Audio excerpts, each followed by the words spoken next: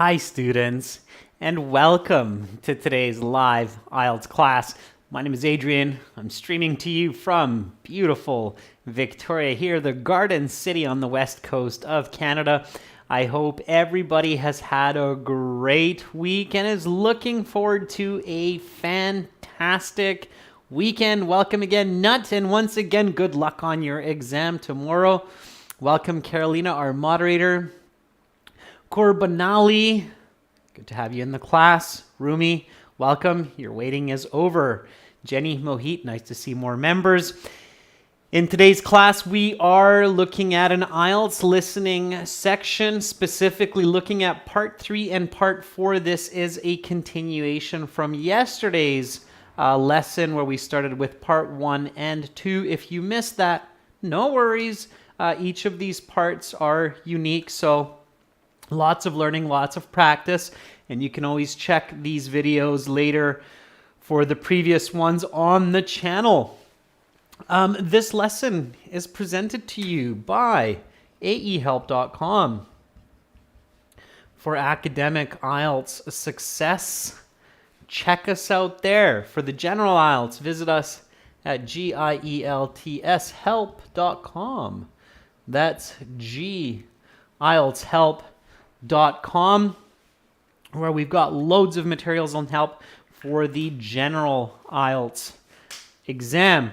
Our websites look like this. We will be using these today for our listening. This is our academic IELTS website here with the blue background. You can click this big red button to join our premium IELTS package. It's a one-time payment for lifetime access, so it's really worth it. Doesn't cost very much at all. And the general IELTS, it's the green background. Again, click that big red button to join the premium package there. All right. We have apps. You can download those, Academic IELTS Help and General IELTS Help. And if you have questions, you can email me, adrian@aehelp.com. We've got a couple more classes tomorrow. We've got question and answer session for our members tomorrow, and then we've got a speaking part 3 practice and strategy class tomorrow at this time as well. Welcome, VG, to the class. Just kind of an important note here, from October 3rd to the 12th, we'll have no live classes. I'm gone on a short trip, so it's a holiday break for me, but I will be back on the 13th with speaking part 1. So just keep in mind that next week, no live classes, but next week we do have HD video releases.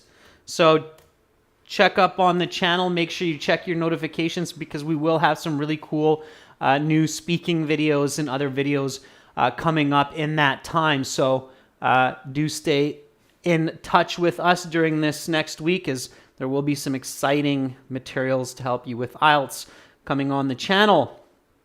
All right.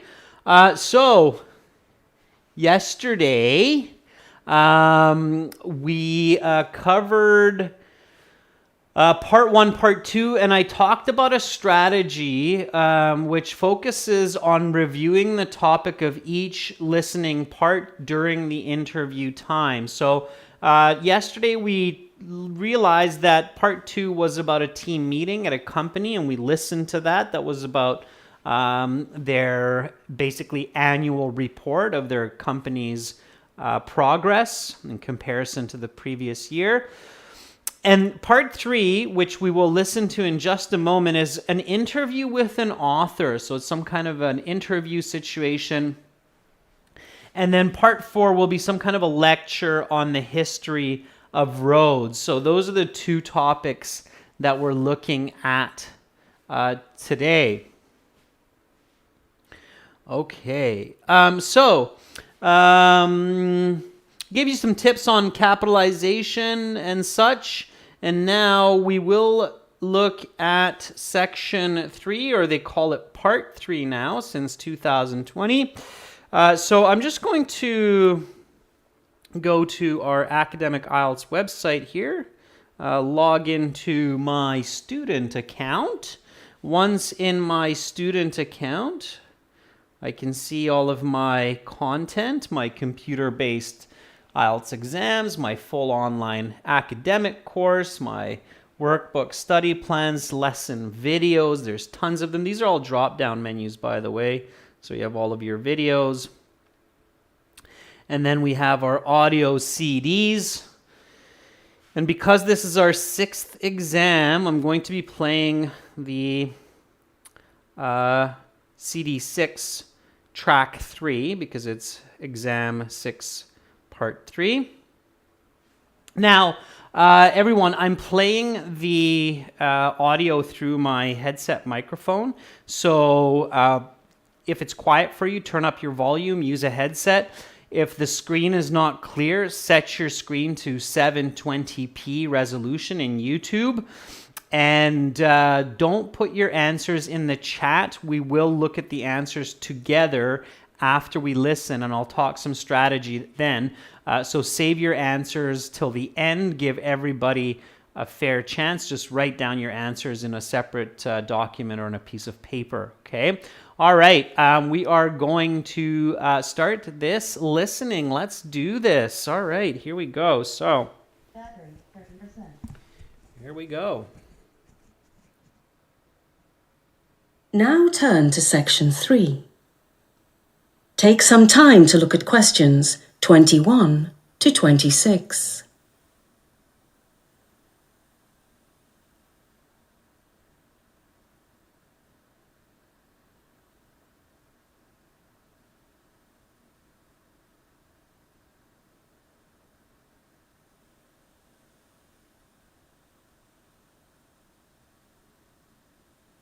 Listening, section 3. You will hear a radio host and his guest discussing the virtues of various art forms. Now listen carefully and answer questions 21 to 26. All right, welcome back, everyone. Our next guest is the curator of a major art gallery in the city who has just released his second book on the virtues of art. We're pleased to have Mr. Edgar Patterson here today. Welcome to the show, sir. Thank you for having me on. It's a pleasure to be here, and please call me Edgar. Edgar, of course.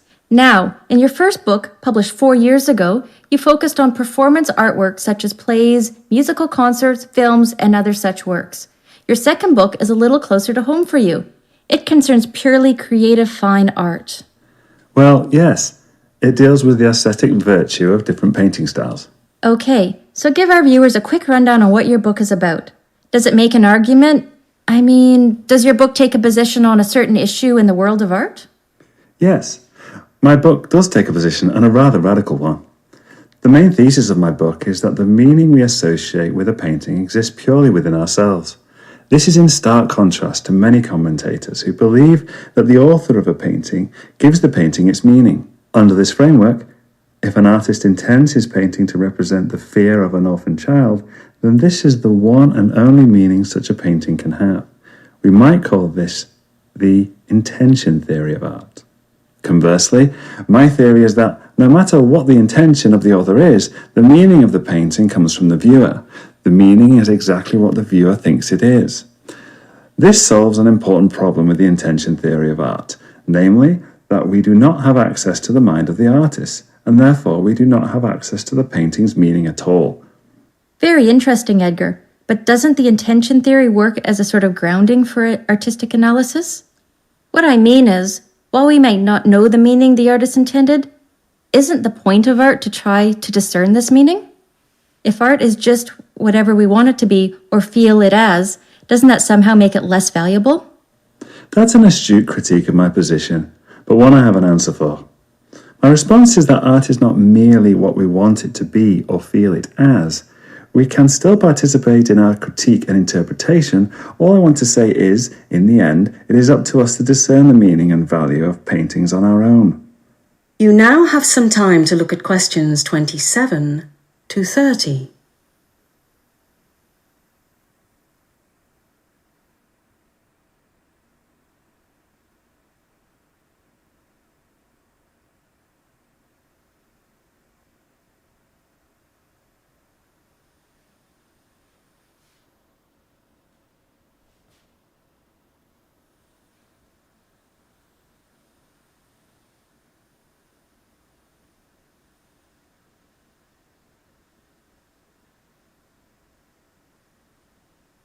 Now listen to the rest of the discussion and answer questions 27 to 30. Now, let's talk about one type of controversial art, abstract art. How does can I call it a subjective theory of meaning? Yes, that is fair. Okay. How does your subjective theory of meaning apply to something like modern or abstract art? Art which doesn't tell an obvious story or have a clear meaning. Many people think that such works of art have no meaning at all. It's certainly an interesting case, but one which my theory is well matched to deal with. You see, abstract art has its critics. Like you say, they think it has no meaning at all. However, other people think abstract works of art have all sorts of meanings. Now, under the intention theory, most of these commentators will be wrong, since the work of art either has a meaning or it doesn't, and if it does, then it only has a single meaning. So under the intention theory, only those critics who discern the specific meaning of the artist will be successful. My theory, however, results in each critic being correct in their own way. For example, if, after critically analysing a certain abstract work of art, I determine it is meaningless, then it is meaningless. Because the meaning of an artwork comes from within, I cannot be wrong, and neither can other people. The critic who sees a metaphor for suffering and the critic who views it as something entirely different are both right. We are all correct in our interpretation, as long as we've given the painting a fair critique. What do you mean by a fair critique? Well, I mean it is not enough to merely look at a painting and write it off immediately as meaningless. One must go through a certain process. That said, there are certainly other things. That is the end of section 3. You will now have half a minute to check your answers. All right, and always check those answers. Let me just stop the audio before we get into part 4. Let's look at these part 3 questions and talk about them. So here, you have two people discussing a book that this guest has written about understanding art or understanding the meaning of art. Okay, so let's start with this question 21. How many books has this guest written? Okay, and here you were listening for specifically the words first book and second book. So this author, Nguyen says C, Mohit, and Pukvinle says it's actually B. Yeah, it is B. So it's B. It's 2 books because the guest says, well, your first book was about this topic, but your new book, your second book, is about this topic. So first and second together means 2 books. They do not speak about a third book. So multiple choice questions for part 3 and part 4 are more challenging. They're not going to say something like, oh, so you wrote 2 books. You won't hear that. You're going to hear more paraphrased type of answers, where in the audio you hear the speakers say your first book and your second book. And by understanding that, you realize that this author has written 2 books. Okay? So pay very, very careful attention to that paraphrasing. Fatima, Ali, very good. 2 books. Absolutely. Make sure that in your answer key, you don't accidentally put 2, okay? Because you'll get it wrong. So in your paper-based exam, it's a little bit easier to make a mistake because you'll only have like the block 21, and you actually have to put B in there. That'll be correct. If you accidentally put 2 in there, they'll mark that wrong, even though theoretically or technically it's correct. It's wrong according to the question. So be really careful. This is where the computer-based exam is a little bit easier, because the computer-based exam, you're literally just going to have to click on the second little circle and then you'll get it correct. Okay, so it's lower chance of mistake in the computer-based exam in this case. All right. Okay, so here you have question 22. What description does the guest give his book's thesis? So the book's thesis is the main idea of the book.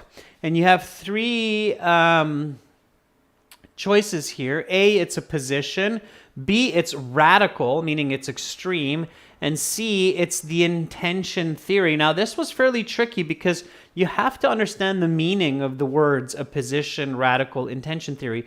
If you know the meaning of a position, it doesn't make sense, so you right away know that that cannot be the answer, right? It would be just weird to say that. Wouldn't make sense in natural English. B is a good answer. It's the correct answer. It is a radical one. And intention theory, they don't actually talk about that till later on. Now, let me show you something interesting with this. Like, let's, some people might be saying, Adrian, that's great, but I had difficulty understanding this question, and I had difficulty understanding each of these answers, right? So you're like, well, it's impossible for me to get this mark. It's not impossible, but it is difficult. However, there is a little bit of a trick, and I can show you that, okay?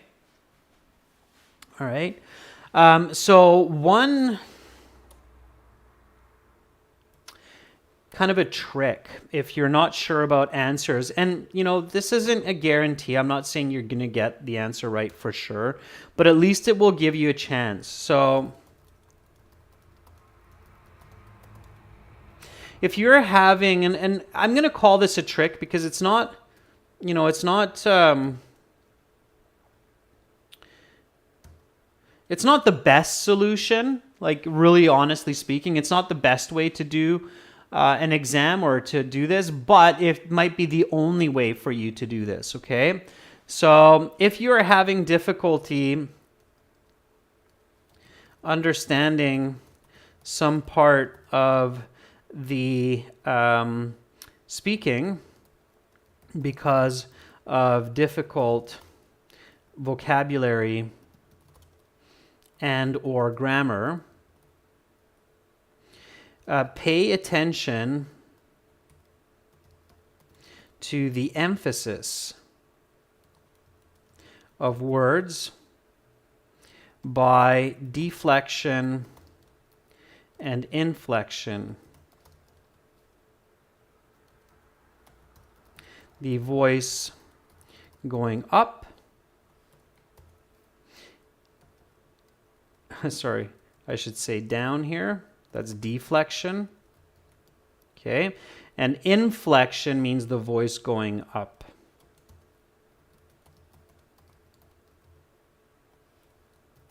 The reason for this is that emphasized words are often the answer. Okay, let me try to show this or prove this to you with this question, all right? Everybody following me so far? So everybody is on the same page, okay? So you're having difficulty, you're not understanding the words, you're missing this part. And what's key here is that you try to catch where the deflection or inflection is and then write down that word in your notes. So write down the word that is being inflected or deflected. Okay. All right. Is everybody following me here? Okay, so far? Yeah, it looks like Jenny and Paulo are on the same page. Let me show you what I mean by this, okay? All right. All right. Here again, the question is, what description does the guest give his book? Okay. And let me go back to the audio here for a second. Okay, so somewhere around here in the beginning. Let me play this for you. And listen to when they're talking about like the content of the book, you're going to hear the man say, and a rather radical one. And there's a deflection there. There's a very clear deflection there. He goes, and a rather radical one. And you're going to hear that. So listen for that deflection. Okay?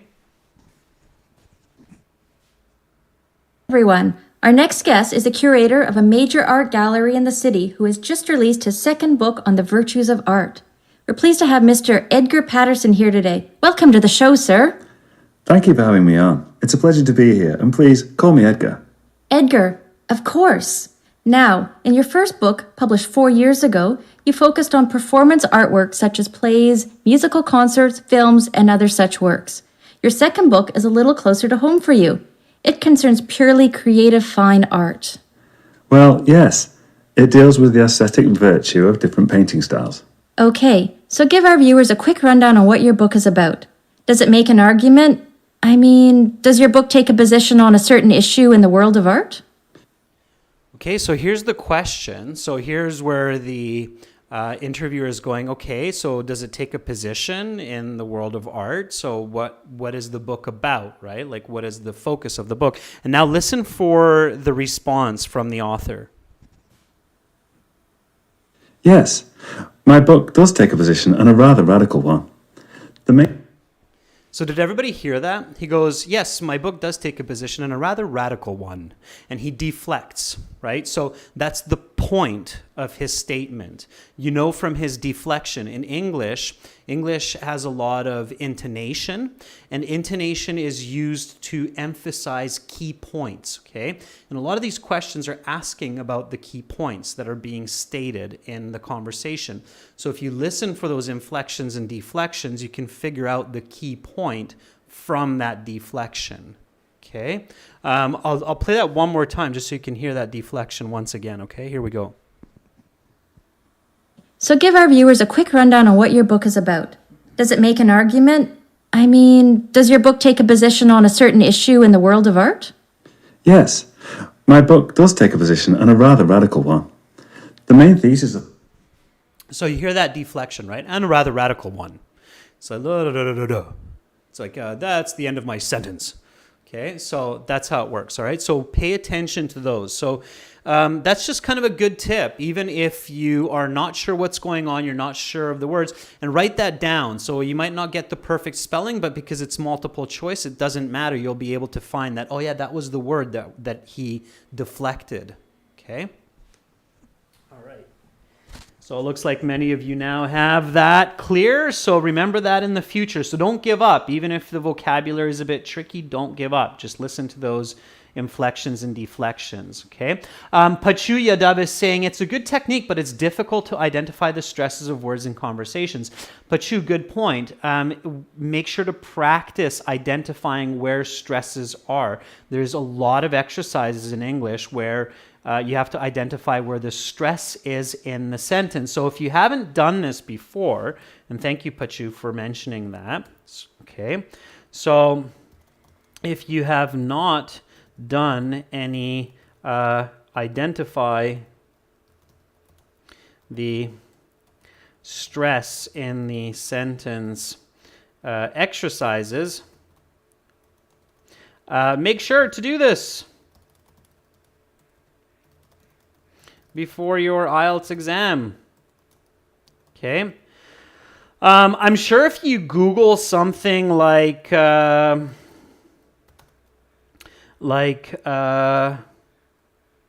stress and intonation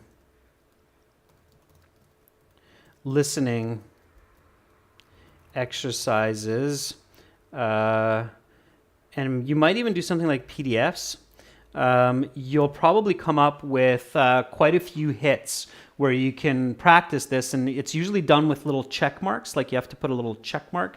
So when you see the stress, like if you have not done and identify the stress, so identify, so there would be the stress there. So usually what you do is you put a little check mark above the words that are being stressed, okay?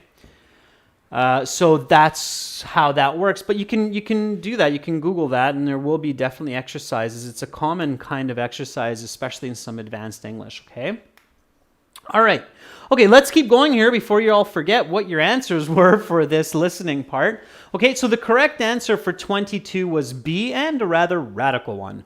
Number 23, which statement best describes the intention theory of art? Now, you eventually do need to understand some of this vocabulary. Of course, if you don't understand any of it, it's difficult. And intention here was very important. Intention means to do on purpose. So you do something because you want to do it, okay?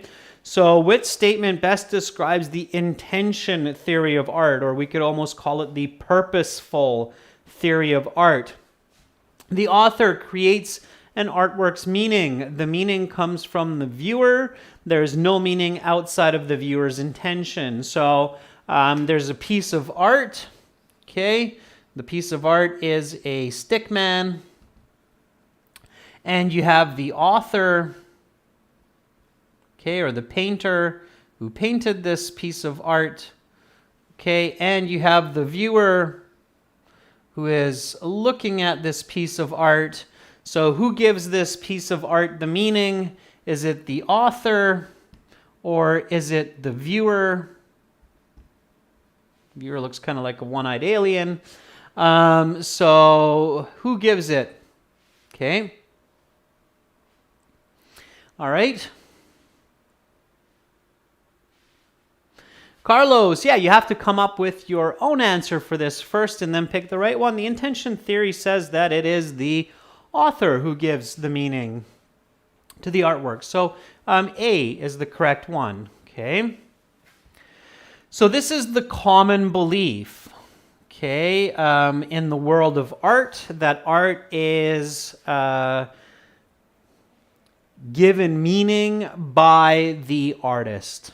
All right, so that is the intention theory of art, and that's the common theory of art. So here the correct answer was A. And yes, for multiple choice questions, it's very important that you're listening for the answer in the audio instead of staring at the options, hoping that one of them is going to jump into your face, okay? That's not effective because there's a lot of information here. And if you're just focusing here, you'll actually miss the information when the audio gives the information, okay? So, yeah, so be very, very careful, okay? And what is the biggest problem with this intention theory? So as long as you understood what the intention theory means, that the author gives the meaning, okay, what's a big problem with that? So if we look at the Mona Lisa that was painted by Leonardo da Vinci 500 years ago, and we're trying to figure out why the Mona Lisa is smiling, what's the biggest problem with that? Okay. Well, the biggest problem is we often, we don't have access to the mind of the artist. Leonardo da Vinci is obviously no longer alive, and we have no idea what he was thinking, right? So we all have these kinds of theories of why Mona Lisa is smiling the way that she's smiling in the painting, but we really don't know. We would have to ask da Vinci why he painted that smile, okay? So we don't have access to the mind of the artist, right? So again, the correct answer is A. Now, if you missed these, like if you missed answering question 23 and 24, again, don't panic, because if you understand a little bit later the intention and subjective theory of art, then you can come back and answer these correctly after. So just because you miss a multiple choice question doesn't mean that you can't get it later on, so don't panic. Does everybody catch that? That's kind of a new tip that I haven't given you, okay? Navpreet, good job with A. Navpreet, just once. I don't know what happened there. Did you hit the enter key like 1,000 times or something? Don't do that, okay? Please just enter your responses only once, okay? So, again, if you miss an answer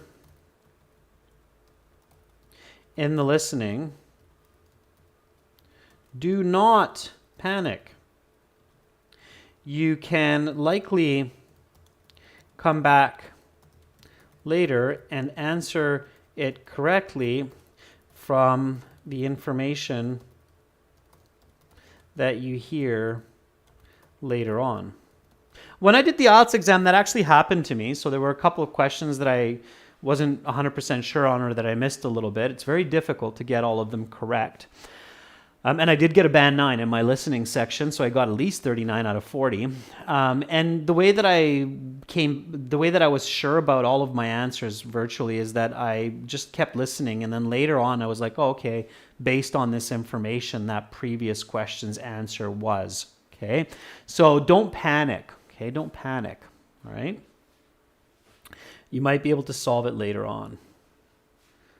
Okay. Now we have some fill in the blanks here. All right.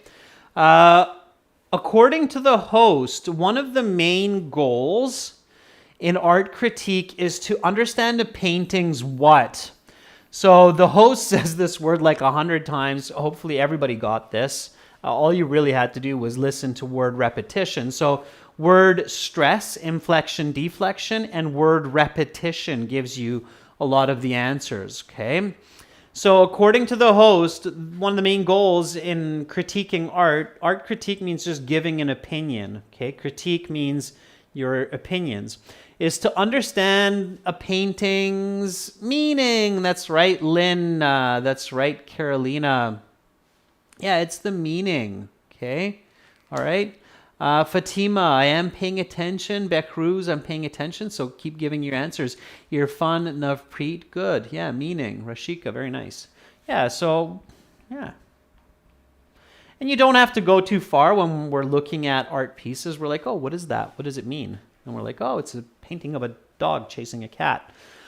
Okay, number 26. The guest responds that art is not something what we want it to be. But that we must also participate in critique and interpretation. So art is not, and he uses a specific word here. Phuc Vinh Le says mainly. Lo Shibek, hello.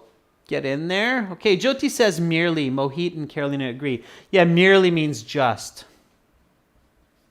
And you really just had to catch this word merely. Yeah, merely. It's not just what we want it to be, but that we must also participate in the critique. So if it's a dog chasing a cat because the cat has a funny tail, according to the viewer, then that's our participation. Okay, so the word there was merely. So it's meaning and merely. All right, here we had a table completion, and now we can see these categories. So you see the situation, you see the intention theory, means the author's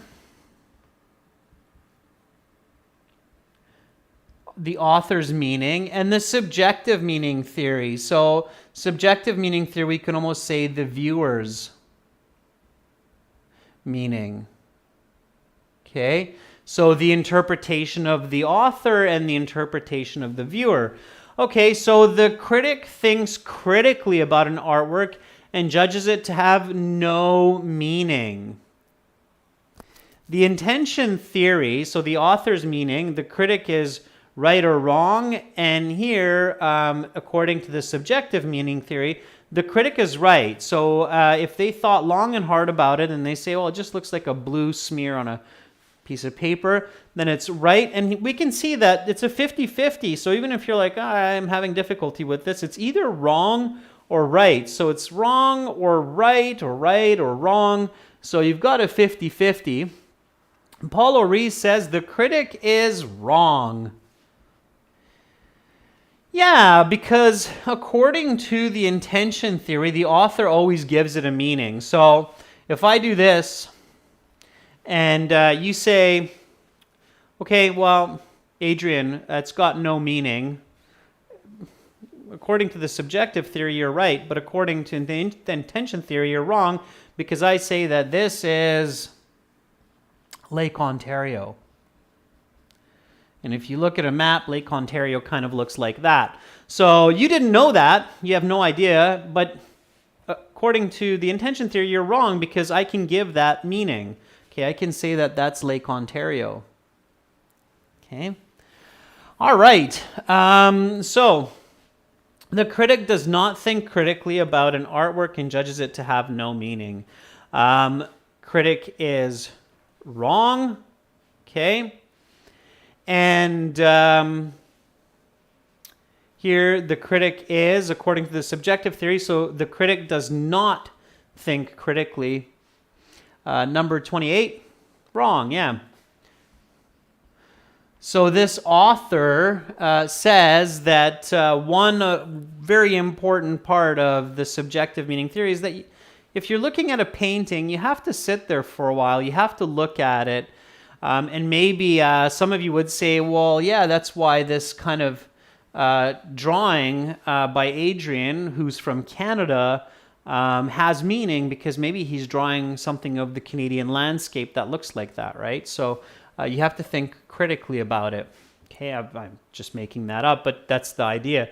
Okay, critic understands the author's meaning. The critic is something. The critic is right. Keep it simple. It's a happy stick man. Does everybody else see a happy stick man? Bhavish Kumari says right. And right you are, Jyoti Harwinder. Yeah, everybody sees the happy stick man. So you're right, I'm right, we're all right. Okay, so wrong, wrong, right. This question, or these questions, seem tricky and really difficult, and some of you are probably nodding your heads right now going, yeah, those are some tough questions. But really, if you look at them carefully and you understand this concept of intention theory and subjective meaning theory, then it's actually not that bad. It makes a lot of sense. Okay? So, okay, we have question 30. An art critic is viewing a painting for the first time and wants to critique it using the subjective meaning theory. It means that they are looking at it and trying to understand it as the viewer. Determine whether the critic has satisfied the constraints of the theory with regard to the critique of the painting. Write the correct letter A, B. Okay, the critic has satisfied the demands of the theory, so they do what they should. The critic has not satisfied the demands, so they don't do what they should. The critic looks at the painting for a moment and concludes from his initial impression that the painting lacks aesthetic value. Lacks aesthetic value is just a very tricky way to say it's not beautiful.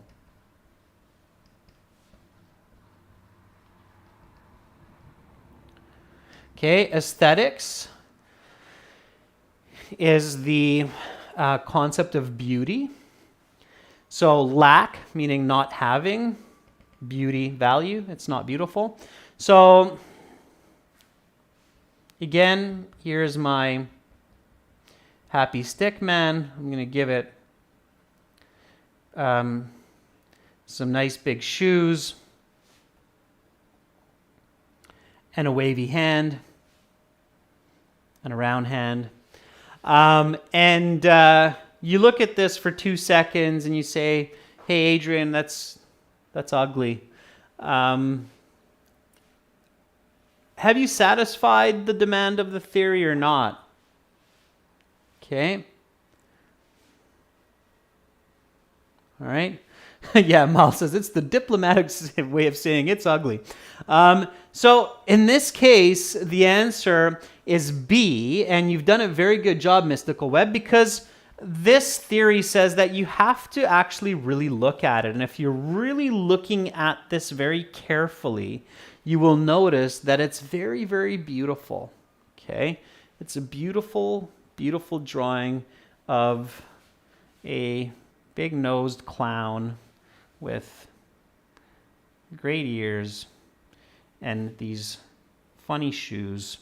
And there we go. It's a very beautiful drawing. Now you realize that, yeah, that's a beautiful drawing. So that way you would have satisfied it. But just by looking at it for a moment, you really haven't satisfied that. And so there we go. All right. So the correct answer was that. Okay, everyone. So that's part 3. Let's get right into part 4. We're going to do part 4 nice and smooth and nice and quick as part 4 goes. Part 4, there are no breaks. You have to answer all 10 questions in a series. And then we'll add up our answers and we'll see how we did, especially for those students who were here yesterday as well. Okay? All right. So here we go, everyone. Let's get into part 4.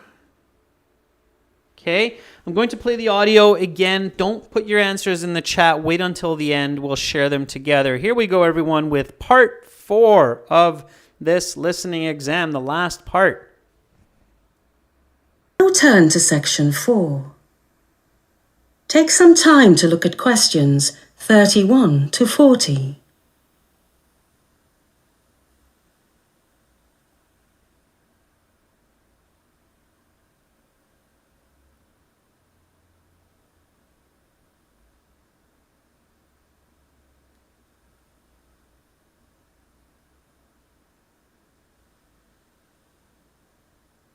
Listening section 4. You will hear a lecture about road infrastructure and its connection to economic prosperity. Now listen carefully and answer questions 31 to 40. Roads have been connected to economic prosperity for millennia. The first roads were thought to have been created by repeated animal grazing and then utilized by humans as ready-made routes for travel between adjacent lands. These roads, evidence for which exists going back 12,000 years, were likely not connected so much to economic prosperity as to survival itself. These roads allowed hunter-gatherers faster access to greater swaths of land. The first paved roads were used in ancient Egypt about 4,500 years ago. Historians theorize that these roads were the first roads used for trade in our history. These roads also would have been used to transport items, such as building supplies. Though rivers were much more practical thoroughfares for the transport of goods, certain goods from certain areas could not be transported by boat, and this necessitated the creation of roads for economic reasons. The Silk Road, though not precisely a road, is one of the most famous trade routes in history. Composed of many types of road, the Silk Road stretched from China and Thailand in the east all the way through the Middle East and terminating in Western Europe. These different routes of the Silk Road brought myriad items from the east to the west, including, of course, silk. This brought economic prosperity to China and surrounding regions for many centuries.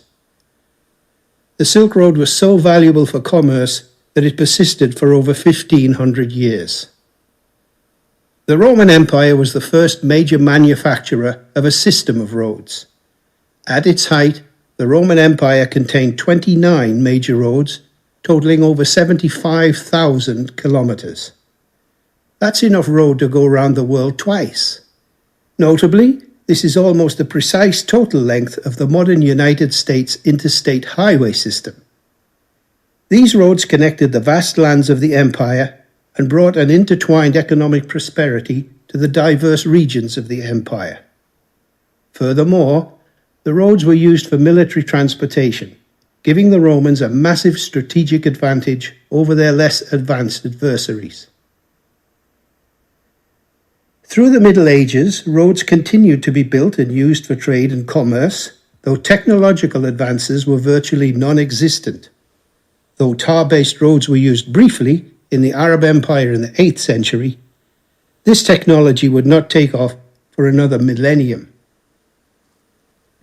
Today, our roads and highways connect our communities, countries, and economies. They are the modern trade routes by which we are all connected to each other.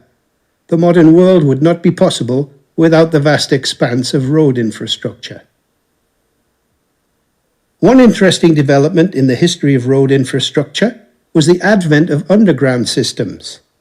The first such system, the London Underground, opened in 1863. Such subterranean routes greatly increase the volume of human life that a city can sustain, thus increasing that city's economic output. London would not be a fraction of the economic powerhouse it is today without its underground rail system. The same can be said for virtually every other major economic centre. Underground systems are the next generation of economic generators. While roads move goods which create economic prosperity, underground systems move human capital, which creates further economic prosperity. What is the next great advance in ground transportation? Some futurists have theorized about a system of tubes propelled by air pressure or other means, which would transport individuals vast distances in short times. Such a system could move humans at unprecedented speeds, perhaps with an economic footprint far less than that of subterranean networks. Such tubes could even be built underwater.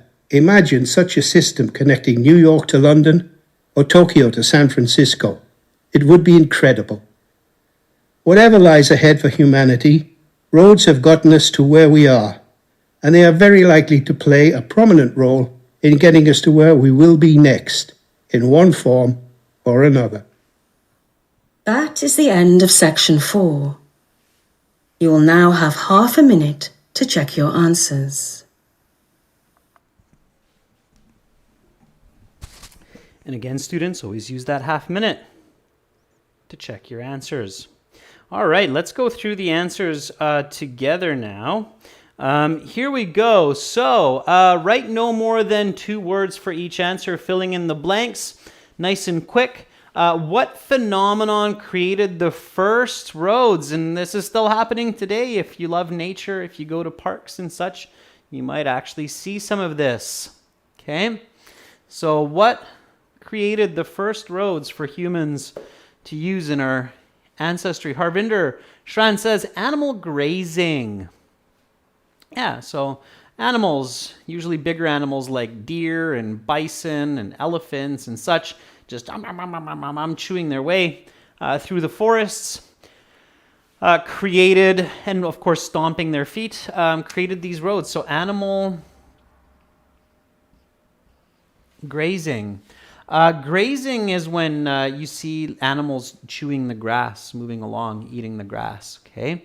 Animal grazing, all right? Very good. It's not repeated animal grazing, Bisha, because it's no more than 2 words. If you write 3 words, you'll get it wrong, so be really careful, okay? All right, animal grazing it is. Though roads were necessary for the transportation of many goods, what was a much more practical thoroughfare? Thoroughfare meaning transportation method for the transport of goods in ancient times. So yeah, roads were good, but a long, long time ago, especially think of Egypt, the Nile, or Europe, the Danube, China, the Yangtze River, okay? Or the Amazon River in Central America, the Tigris in Central Asia, okay? Rivers, right? Rivers, yeah. So rivers, plural, rivers. Rivers were much more common. Very good, okay? Again, if you visualize this, you can get it. All right, which of these roads total approximately 75,000 kilometers? The United States interstate system, ancient Egyptian road network, ancient Roman road network, the Silk Road. I'll give you a hint. It's only 2 of these. They have to be huge, basically, right? So is it A, United States and Roman roads, B, all of them, or C, 1, 3, and 4. The correct answer is, yeah, A. Okay, so United States interstate system and the ancient Roman road network. Lots of road, 75,000. So A is the correct answer there. You just had to listen to that All right, what were the two benefits? So again, 34, 35 of the Roman road system. Economic prosperity for the city of Rome. Oh, that's weird. City of Rome? No, it's the Empire of Rome. B, increased mobility of the Roman armies. That definitely sounds like a good one, right? Moving around the military. Rapid technological advances, the importation of luxury goods from China, broad economic prosperity for the empire. Carolina says it's B and E. Increased Roman armies and economic prosperity for the empire. Jyoti agrees with that.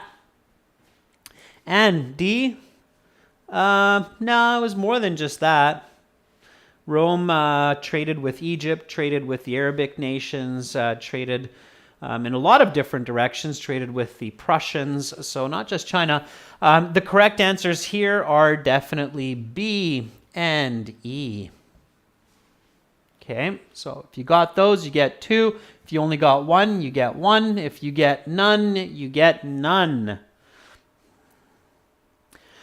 Okay, here you had to choose the correct letter. So applies to ancient roads, so roads from centuries past.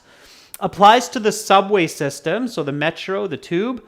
Applies to future transportation, so going into the future, Star Trek, the teleportation and such.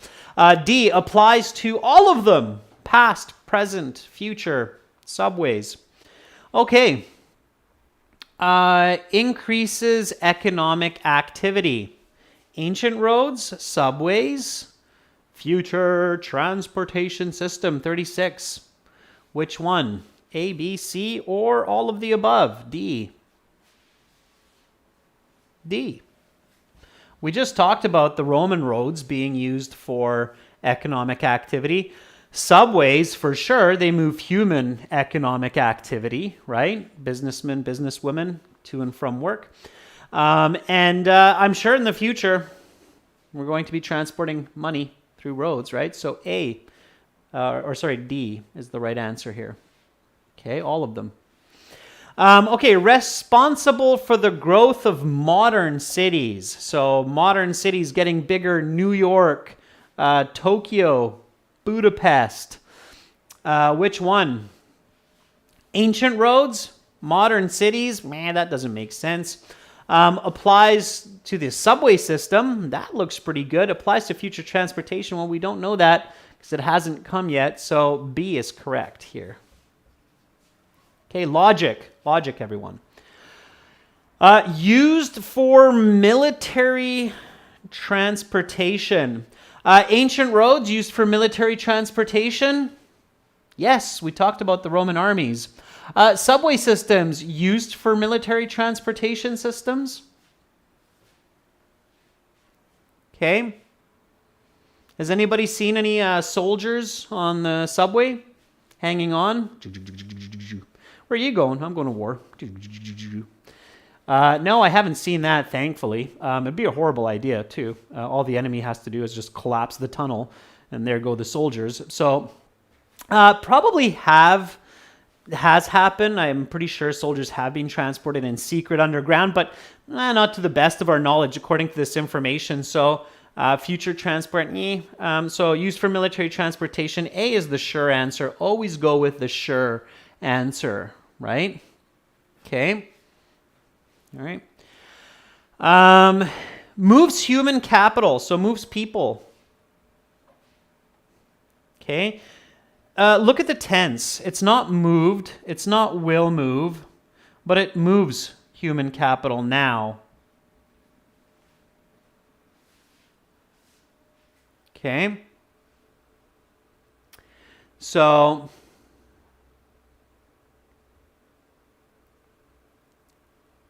what do you think? Moves human capital. 39.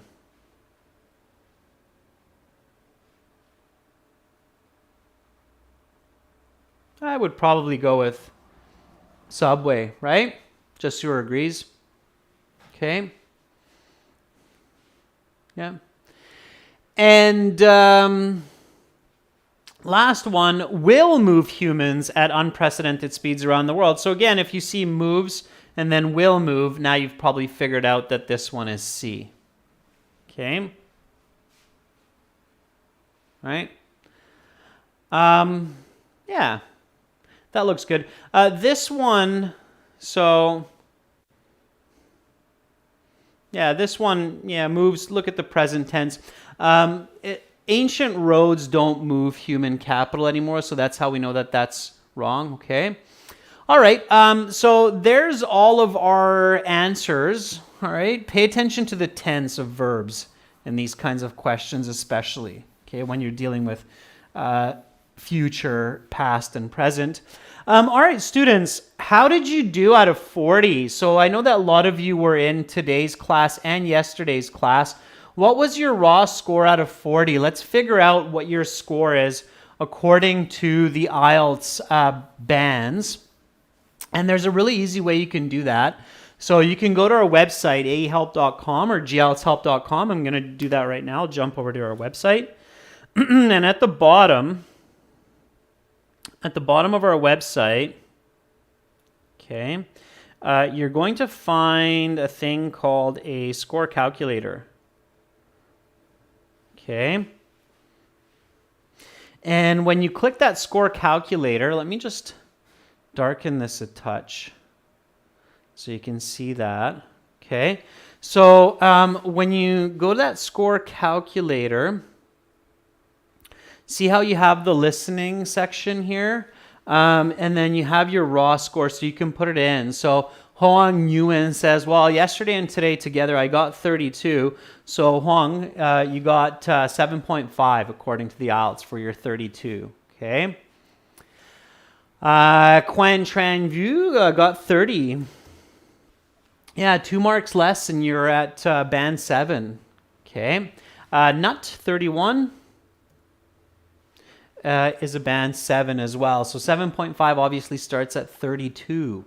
Okay, so if you get more than 8 wrong, you're an under 7.5. So those high marks are pretty tricky to get, okay? John got 35. 35 is a band 8. Okay. Rapaz S38 is going to be an 8.5. Mohit 33, I believe, is still a 7.5. Yeah, there you go. So you can check out the score calculator. This one's for the reading section. If you're doing academic, use the academic website because the reading section's different for the general IELTS. So for general IELTS reading, make sure to use the score calculator on the general IELTS, okay? And again, students, if you like this lesson and you want lots of great materials and videos in HD, just click these big buttons on the website to join the premium package. It doesn't really cost very much, and it's there to help you. Our main goal is for you to succeed on the IELTS exam. That's what motivates us to do our work. So click those big red buttons. You can use your mobile apps as well. For the general IELTS, it's gltshelp.com. Same idea. Click that big red button. Thank you, Carolina, for moderating this class. Keep up the good work, everyone. Remember to practice listening for intonation, inflections, deflections, okay? And enjoy the rest of your day. Have a good start to the weekend. I will be back tomorrow with questions and answers for our members, okay? And we will have a speaking part 3 class for everyone. I'm Adrian, and I'm signing out from beautiful Victoria here, the capital city of British Columbia in Western Canada. Bye for now. See you tomorrow, everyone. Much love to all of you.